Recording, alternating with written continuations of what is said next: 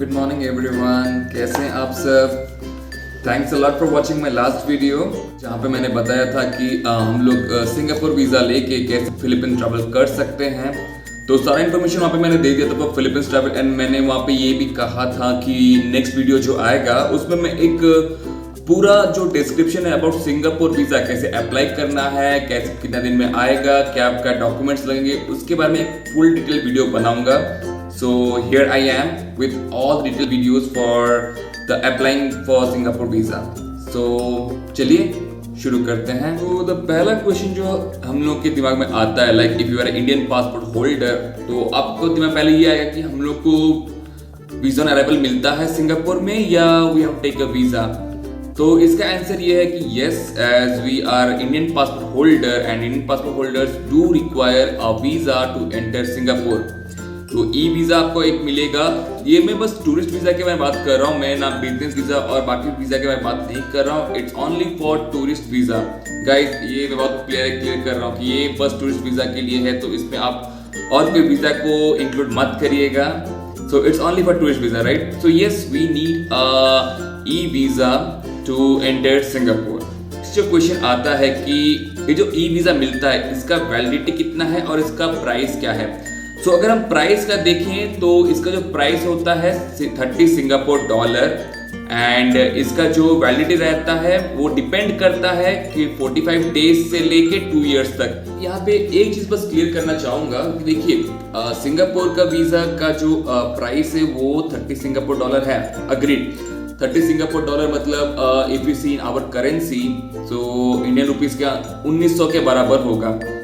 But आप खुद directly apply नहीं कर रहे हैं, राइट।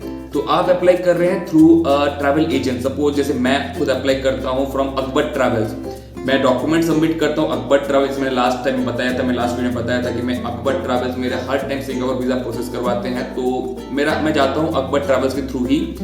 तो अकबर ट्रैवल्स को मैं डॉक्यूमेंट सबमिट करता हूं and they process my document on behalf of me, and मुझे जो पे करना पड़ता है, जो अमाउंट पे करना पड़ता है, it's around 2500। Now it might come to your mind कि अरे यार ये तो 1900 के आसपास आता है वीजा फीस 30 सिंगापुर डॉलर, तो 2500 क्यों।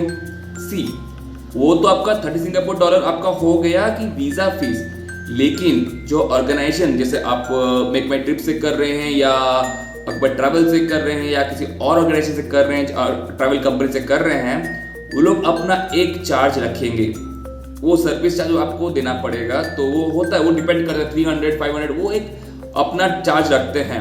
जैसे कि थोड़ी देर पहले मैंने बताया कि ये जो वीज़ा होता है ये सिंगापुर का ई वीज़ा होता है।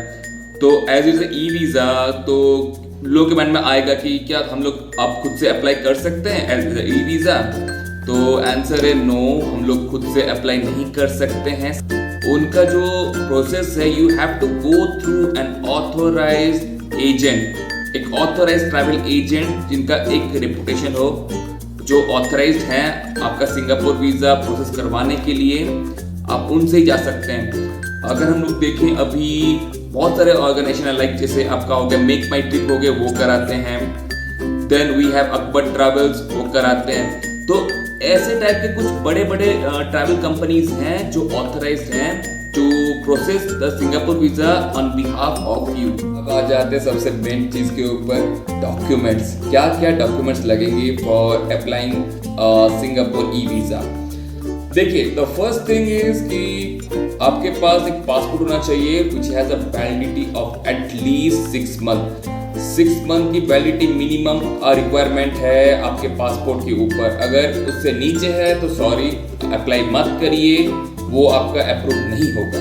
देयर इज नो चांस वो आपका अप्रूव हो। रिक्वायरमेंट है आपका फोटो का, वहाँ पे 2 फोटोज की रिक्वायरमेंट है, जो आपका बहुत ही रिसेंट टेकन फोटोग्राफ्स होंगे, पासपोर्ट साइज के जो होंगे recent taken photograph. But make sure कि ये एक स्पेसिफिकेशन पे आते हैं, लाइक जो मेंशन किया गया है 45x35 मिलीमीटर, जिसमें 80% आपका फेस दिखे, वाइट बैकग्राउंड हो, 80% आपका फेस दिखे।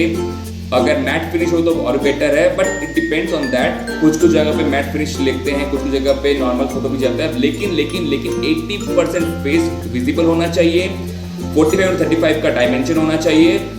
ये बहुत मैंडेटरी है बिकॉज बहुत लोगों का वीजा का रिजेक्ट होता है, तो ओनली फॉर दिस थिंग आते हैं हम लोग बैंक स्टेटमेंट के ऊपर। देखिए बैंक स्टेटमेंट के ऊपर अभी बहुत सारे कंफ्यूजन होते हैं लोगों को, मुझे पता है, आई नो, मुझे भी होता था। देखिए जनरली क्या होता है, कुछ एजेंट्स मांगते हैं 3 मंथ्स का बैंक स्टेटमेंट, कुछ एजेंट्स मांगते हैं 6 मंथ का बैंक स्टेटमेंट। सो अगर सेफ फिर बोलूं तो 6 मंथ का बैंक स्टेटमेंट निकाल के रख दीजिए। अगर 3 मंथ से कम हो जाएगा तो हो जाएगा, अगर 6 मंथ का भी होगा तो आपके पास तो बैंक स्टेटमेंट है ही 6 मंथ का। कहीं पे लिखा नहीं गया है कि बैंक स्टेटमेंट आपको देना पड़ेगा एंड ऑल, बट जनरली अब अगर देखें तो every agent like every travel agency will be asking you about the bank statement. अभी और एक चीज आएगा बैंक स्टेटमेंट के ऊपर, मैं उसके बारे में थोड़ी देर के बाद बात करूंगा। पहले बैंक आप जान लीजिए, बैंक स्टेटमेंट में आपका थर्ड क्राइटेरिया हो गया, आ जाएगा आपका ड्यूली फिल्ड फॉर्म 14A। ये आपका एप्लीकेशन फॉर्म है जिसपे आपको हर जगह फिल करना होता है। होता क्या है कि ये आप खुद भी फिल कर सकते हैं या आपके ट्रैवल एजेंट जो हैं, आप जिनसे अप्लाई कर रहे हैं, सपोज आप अप्लाई कर रहे हैं मेक माई ट्रिप से या आप अप्लाई कर रहे हैं अकबर ट्रैवल्स, वहाँ की जो एजेंट होंगे, जो आपके एजेंट होंगे जिनसे तो आप कर रहे हैं, they can also fill all details, वो भी आपके लिए फिल कर सकते हैं सारी डिटेल्स को। बट मैं तो रेकमेंड करूंगा आप खुद ही कर लीजिए तो बेटर रहेगा, वहाँ पे आपका सारी डिटेल्स वहाँ पे हो जाएगा। तो वो ही रहता है एक कवर लेटर। कवर लेटर भी देखिए ये क्या होता है कवर लेटर। सपोज आप अप्लाई कर रहे हैं for Singapore visa, right, suppose कि आप तो कर ही रहे हैं फॉर सिंगापुर वीजा, सपोज का कुछ क्वेश्चन ही नहीं है। तो जैसे आप अप्लाई कर रहे हैं फॉर सिंगापुर वीजा, तो आपको एक एप्लीकेशन लिखना पड़ेगा for to the consulate. India में जो कॉन्सुलेट हैं सिंगापुर के, लाइक एक है आपके मुंबई में, एक है आपके दिल्ली में, एक है आपके हमारे चेन्नई पे। सो आपके जो नियर बाई कॉन्सुलेट होंगे वहाँ उनको एड्रेस करके आपको लिखना पड़ेगा एक एप्लीकेशन। फॉर्मेट आपको मैं यहाँ पे डाल दूंगा, क्या फॉर्मेट है, कैसे लिखना है। सो वहाँ पे बस आपको मेंशन करना है आपका नाम, डिटेल्स, आप कहाँ पे जॉब कर रहे हैं या आपका खुद का बिजनेस है, आप कितना दिन तक जाना चाहते हैं, आपका एनुअल इनकम क्या है, ये कुछ डॉक्यूमेंट्स आपका होना चाहिए। वहाँ पे आपका फोन नंबर होना चाहिए, आप कितना दिन के लिए जा रहे हैं, कब लौटेंगे वो होना चाहिए, वो मेंशन होना चाहिए क्लियरली। फिर आपका पासपोर्ट नंबर मेंशन होना चाहिए क्लियरली। ऐसे कुछ डॉक्यूमेंट्स आपको, डिटेल्स आपको वहाँ पे मेंशन करने ही पड़ेंगे। अभी हूँ बैंगलोर पे, तो हमारे नियर बाई कौन से होंगे, वो होंगे चेन्नई के, तो मेरा जो एप्लीकेशन लगेगा वो लगेगा चेन्नई को। तो मुझे तो हाई कमिश्नर जो है सिंगापुर के इन चेन्नई, तो मुझे उनको एड्रेस करके कवर लेटर बनानी पड़ेगी। नाउ ये डिपेंड करता है, सी अगर कवर लेटर बना रहे हैं, अगर आप सेल्फ एम्प्लॉयड हैं तो आपका लेटर पैड पे होना चाहिए, आपका कंपनी का या आपका जो भी बिजनेस उसका सील स्टैंप वहाँ पे लगना चाहिए। और अगर आप फ्रॉम कोई भी कंपनी में काम कर रहे हैं, नॉट योर ओन, वहाँ पे आप हिस्सेदार भी नहीं है और not a partner anything, you are working for a company, then वहाँ पे आप नॉर्मल प्लेन पेपर में आप डाल सकते हो। वहाँ पे आपको लेटर पैड डालने की कोई जरूरत नहीं, बिकॉज लेटर पैड सिर्फ सेल्फ एम्प्लॉयड वालों के लिए या जिनका खुद का बिजनेस है या खुद की प्राइवेट लिमिटेड कंपनी है या LLP है, अपना खुद का कुछ है तो वही डाल सकते हैं from the letter pad. For people who are working in a company, अगर आप सैलरी एम्प्लॉय हैं देन आपको नॉर्मल पेपर से भी हो जाएगा, कवर लेटर में कोई दिक्कत नहीं आएगी बारे में। जो लोग एम्प्लॉइज हैं, see with the bank statement you also have to submit 3 to 6 month of salary slip. Generally लोग जो आपके जो मांगेंगे, मतलब आपके ट्रैवल एजेंट जो मांगेंगे आपको वो 3 months का सैलरी स्लिप ही मांगेंगे। बट कुछ ट्रैवल एजेंट्स होते हैं जो आपको 6 month का सैलरी स्लिप भी मांगते हैं, बट वो डिपेंड करता है। तो 3 month से 6 month का आपका सैलरी स्लिप आपके पास होना चाहिए अगर you are a salaried employ. मगर आप मतलब आप किसी के लिए काम कर रहे हैं, आप किसी कंपनी के लिए काम कर रहे हैं, लाइक हो गया आपका इन्फोसिस के लिए काम कर रहे हैं या गूगल के लिए काम कर रहे हैं या विप्रो के लिए काम कर रहे हैं, any company, if you are working as salaried employ then आपके पास सैलरी स्लिप होना ही चाहिए। अगर सैलरी स्लिप नहीं है तो इट्स बिग डील, मुश्किल हो जाएगा आपके लिए। सेल्फ एम्प्लॉयड है, बैंक स्टेटमेंट तो आप देंगे 3 साल का, वो डिपेंड करेगा कि आपका कैसा है, लेकिन आपको सील सिग्नेचर लगवाना है कि नहीं लगवाना है। लेकिन उसके साथ जैसे आपका खुद का है तो आपको either if you have GST certificate, आप GST सर्टिफिकेट लगा सकते हैं, या अगर आपका MOA है, MOM है, AOA है, ये सब जो डॉक्यूमेंट्स होते हैं कंपनी के रिलेटेड, लाइक या आपका जो सर्टिफिकेट ऑफ इनकॉर्पोरेशन वो अगर है तो आप वो भी दे सकते हैं। मैं जो दिया था, मैं अपना MOA दिया था और सर्टिफिकेट ऑफ इनकॉर्पोरेशन दिया था, तो उससे मेरा काम बन गया है, तो मुझे कोई दिक्कत नहीं होती। इन दो चीज़ों डॉक्यूमेंट से मेरे काम बन जाते हैं। तो फॉर सेल्फ एम्प्लॉयड या people who are having their own organisation, please ये आप ये ध्यान में रखिए कि आइदर आपका GST या MOA या पार्टनरशिप या आपका सर्टिफिकेट ऑफ इनकॉर्पोरेशन, ये डॉक्यूमेंट्स रिलेटेड है जो वो आपको आपके एजेंट भी बता देंगे। तो ये डॉक्यूमेंट्स आप रेडी करके रखिएगा, ये आप में से कोई एक आपको जरूरत पड़ जाएगा। तो अभी मैं कुछ देर पहले मैंने आपको बताया था कि बैंक स्टेटमेंट के ऊपर एक बात करूंगा। It is for self employed also, for salaried employed also. So for both the categories I am saying right now कि बहुत एजेंट्स क्या करते हैं, बहुत ट्रैवल एजेंसी आपको ये बोलते हैं कि आपका जो बैंक स्टेटमेंट होगा वो ड्यूली सील एंड सिग्नेचर होगा उसमें फ्रॉम द बैंक, मतलब आपका अकाउंट जिस बैंक पे है वहां से आपको बैंक स्टेटमेंट निकलवाना है और वहां पे उस बैंक का सील सिग्नेचर होना चाहिए। ये कुछ जगह पे है, कुछ बोलूँ या मैं भी जैसे था पहले उड़ीसा में था, तो उड़ीसा में मुझे जरूरत पड़ता था, वो मैं भी बैंक जाता था, वहाँ पे स्टेटमेंट निकलवाता था, वहाँ पे मैं फिर उनका साइन सिग्नेचर सब कुछ मार के फिर मैं सबमिट करता एप्लीकेशन। बट ऐसा अभी बैंगलोर पे हूँ, ऐसा मुझे यहाँ पे कोई दिक्कत नहीं पड़ा। मुझे जब अकबर ट्रैवल से मैंने जब ये चीज़ बात क्लियर की थी तो उन्होंने कहा वैसा कुछ चीज़ की जरूरत नहीं है। मैं जो मेरा ऑनलाइन ई स्टेटमेंट है बैंक का, लाइक मैं ट्रांजैक्शंस का, तो वो भी मैं दे सकता हूँ। तो अभी तक मैं जो 2 वीज़ा मैंने बैंगलोर से लगवाए हैं, जब बिकॉज मैं बैंगलोर से 2 बार अप्लाई कर चुका हूँ, तो मुझे कभी भी ये साइन सिग्नेचर की जरूरत नहीं पड़ा फॉर द बैंक स्टेटमेंट। सो लेकिन आपको पड़ सकता है, वो डिपेंड करता है कि आप कौन से स्टेट पे हो। जैसे मेरे एजेंट ने जब उड़ीसा में था, मुझे मेरे एजेंट ने कहा था कि आपको वो करना ही पड़ेगा, बैंक स्टेट सिग्नेचर लगना ही चाहिए। अभी फ्लाइट के बारे में यस मुझे पता है आप लोग को मैंने आ रहा होगा, अरे सब तो बता दिया हूँ मैं, लेकिन अभी तक फ्लाइट के बारे में मैंने डिस्कस क्यों नहीं किया।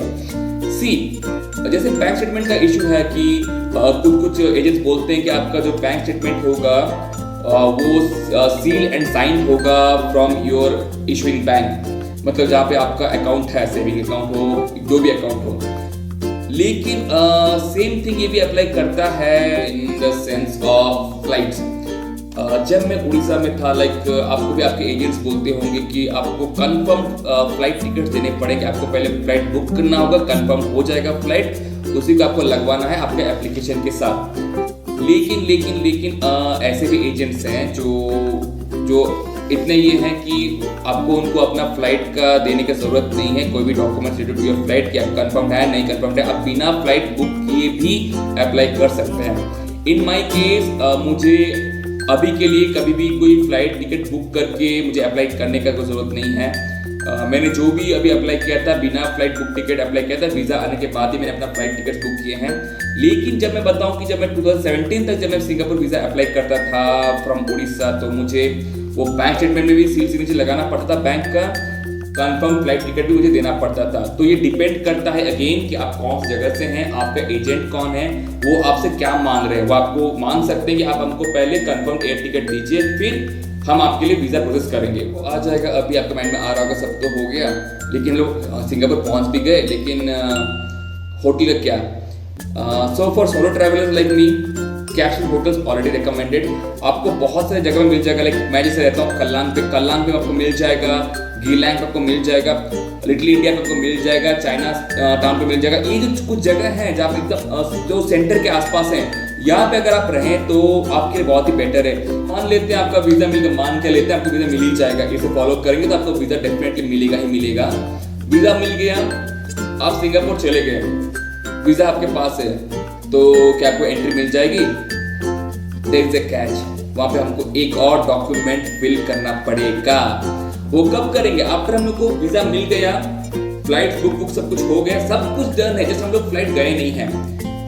जाने से पहले एटलीस्ट 5 डेज पहले एक फॉर्म होता है, सिंगापुर SG अराइवल फॉर्म, उसका लिंक मैं दे दूंगा डिस्क्रिप्शन पे, उसको प्लीज काइंडली फिल कर लीजिए जाने से पहले ही। ऐसा नहीं कि आप जाने के बाद फिल नहीं कर सकते, आप जाने के बाद फिल कर सकते हैं, लेकिन अगर हैसल फ्री एंट्री चाहते हैं, आप जाने से पहले एटलीस्ट एक दिन पहले भी आप फिल कर दें तो वो बेटर रहेगा। तो चलिए, और देर किस बात के लिए, let's apply for Singapore visa and let's travel to Singapore. Take care everyone guys. So see you again with the next vlog. Take care and thanks a lot for the support. So guys, अगर subscribe नहीं किए please थोड़ा कर दीजिए, भाई को help कर दीजिए, लाइक तो करना ही है, सब्सक्राइब कर थोड़ा देख लीजिए। अब मैं आप ही को ऊपर छोड़ रहा हूँ, मैं कुछ बोलूंगा नहीं इसके ऊपर, है ना। Take care guys, take care, bye bye, see you next guys.